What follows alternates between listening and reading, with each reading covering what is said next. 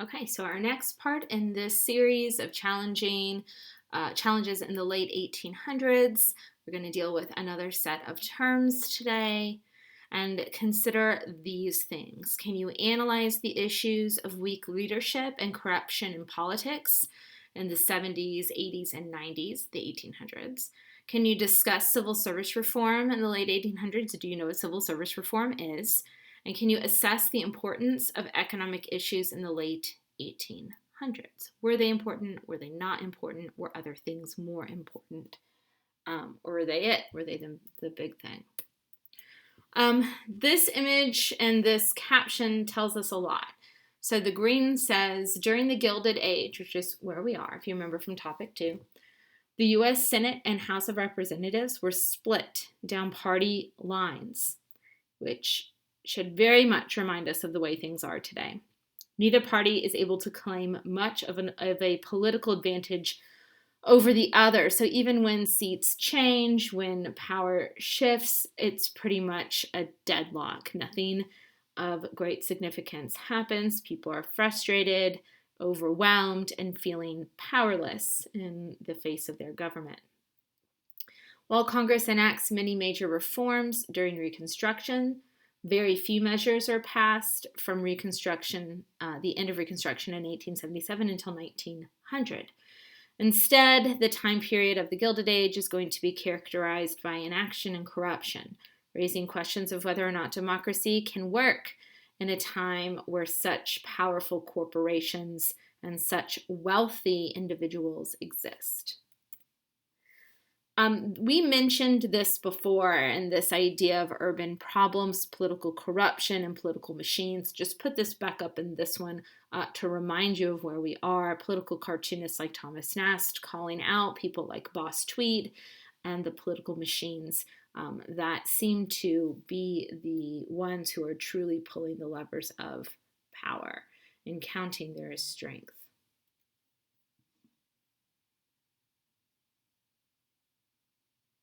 Okay. I'm sorry. This is another really famous political cartoon, or really well-known political cartoon, where it shows people or money bags with heads, really. In the back row here, it says entrance for monopolists, that monopolists, people who own, large monopolies, and they're in Congress, right? They are the congressmen who are sitting at their desks, sort of not being able to do anything. They've got their feet up. They're looking back at those who seem to really be making sure everything goes the way they want. And it's labeled with things like Standard Oil Trust, the Copper Trust, the Steel Beam Trust. So important businesses for sure, but not elected political representatives. In 1881, President Garfield is going to be assassinated. There is a controversy during the early 1800s over something called the spoils system. It's something that's going to be popularized all the way back with Andrew Jackson, who has this quote attributed to him that's probably he didn't directly say, but if you've ever heard the phrase to the victor go the spoils, which means if I win, I get to choose my team. So when I win, I get to bring on whoever I want to serve in my administration, regardless of whether or not they are experienced. I'm going to reward loyalty. And that idea has carried us all the way through until the 1880s, where people start to say, whoa, maybe that's why our government isn't effective, because you have people in positions who didn't earn those positions through merit, but instead earned them because they were political supporters or political contributors to successful politicians.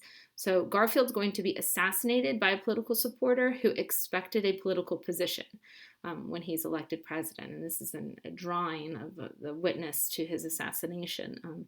And so President Arthur, the vice president, will become president of the United States. And then there is finally going to be an appetite for some change to the spoils system in politics. I mean, after all, president was just assassinated over the spoils system. Republicans are going to have a split response to the system.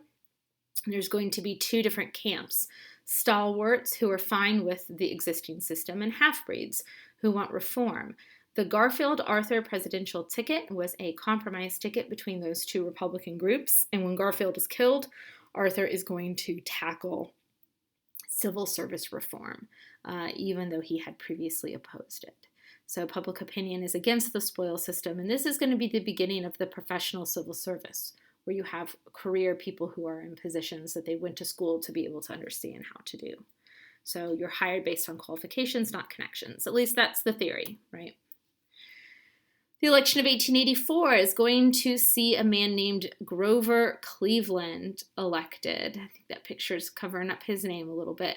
And he is pretty much going to get elected because he seems like he's not offensive. He's not been accused of taking a bribe. There are some famous sayings from this time period that pretty much everyone had taken a bribe, that he might have been the only one who had never been accused of taking a bribe. Even some Republicans support Grover Cleveland, and they are given the derogatory term of a mugwump. You're a mugwump if you were a Republican that supported the Democratic Grover Cleveland. He's going to get elected, but nobody really likes him, and so he has a difficult time getting anything done. He will oversee the Interstate Commerce Act, which we have previously discussed, but there is going to be a lot of conflict over tariffs, which, remember, are those taxes on imports. We've been through this in the previous topic. In the 1888 election, Republicans will regain power. Benjamin Harrison will defeat Grover Cleveland. Benjamin Harrison receives a lot of money from industrialists. Grover Cleveland is going to campaign against high tariff rates. And remember, high tariff rates are going to benefit industrialists more than anyone else. Harrison loses the popular vote, but wins the electoral vote. In 1890, we have the introduction of the McKinley Tariff under Republican leadership, and also the Sherman Antitrust Act, designed to curb the power of large business combinations, but won't really be enforced. At least not yet. We'll get to that in the Progressive Era.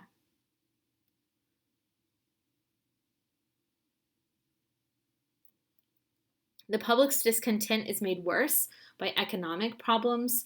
The Panic of 1873, which happens when a bank fails and the loans are called. It results in job loss, economic uncertainty. There's that political saying, it's the economy, stupid, right? And there are all kinds of questions about how we move forward from here, but it's really going to lead to a lot of unrest.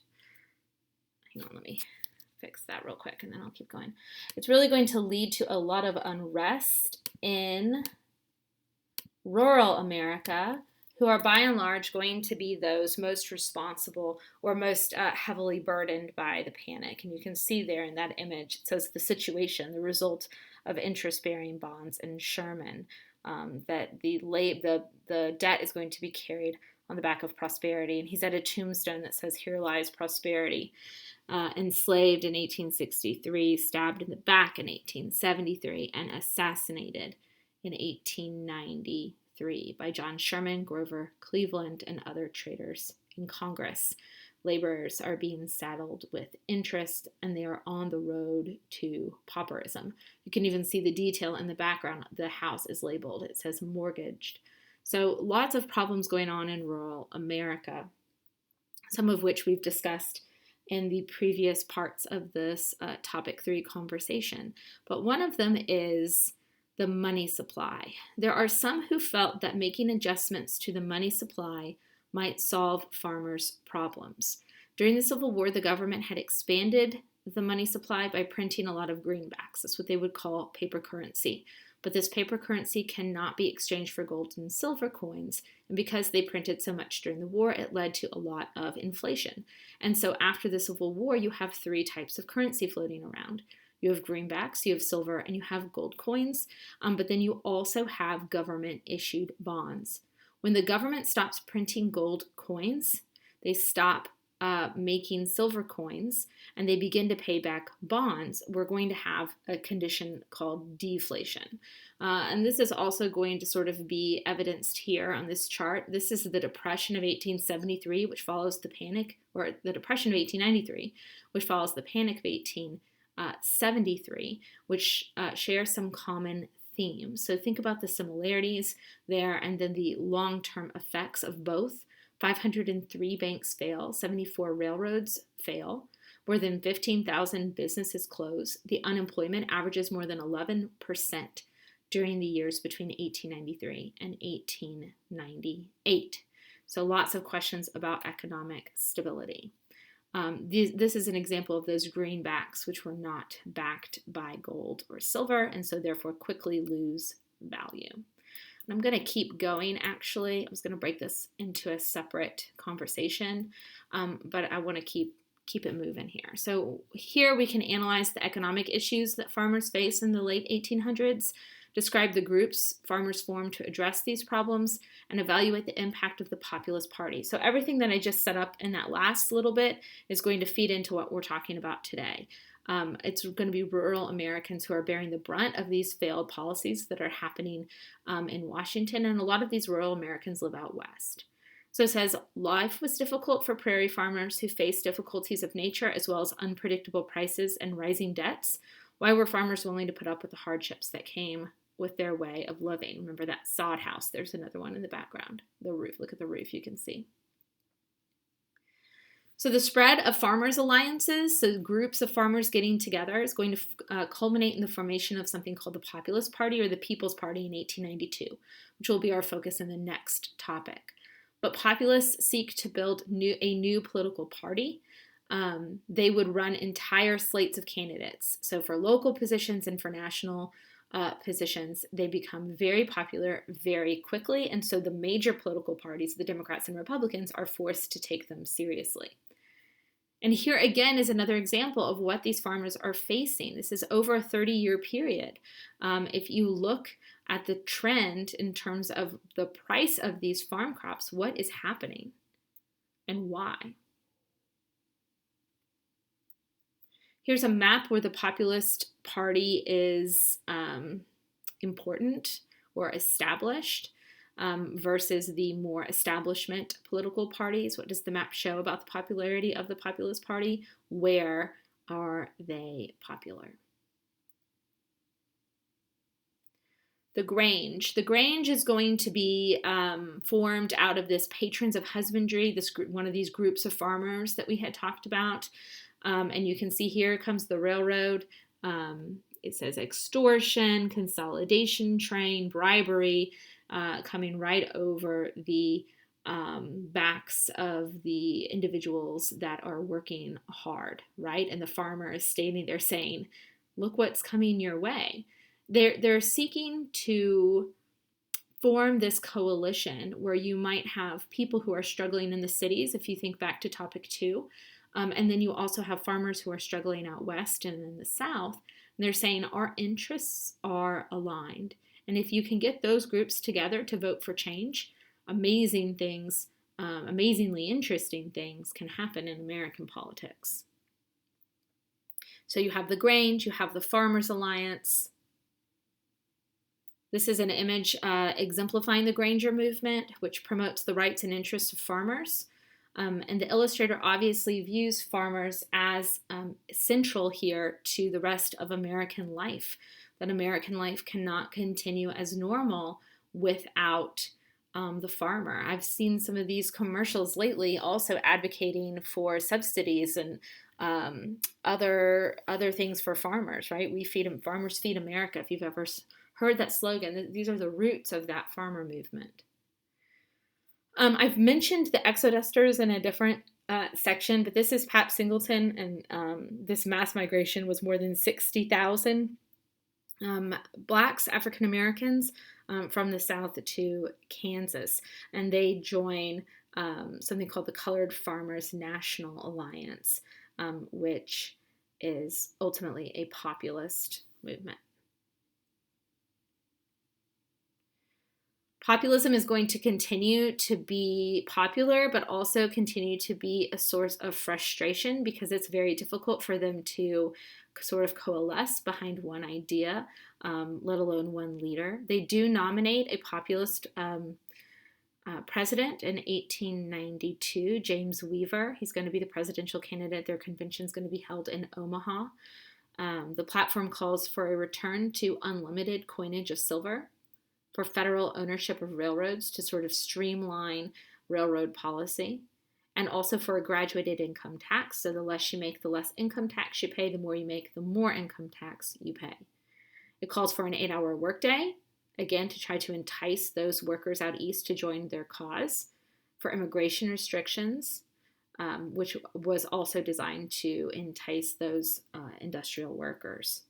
And this is their platform over here on the bottom right, so you can see more of it. The secret ballot is also on there, as is a single term for president and vice president.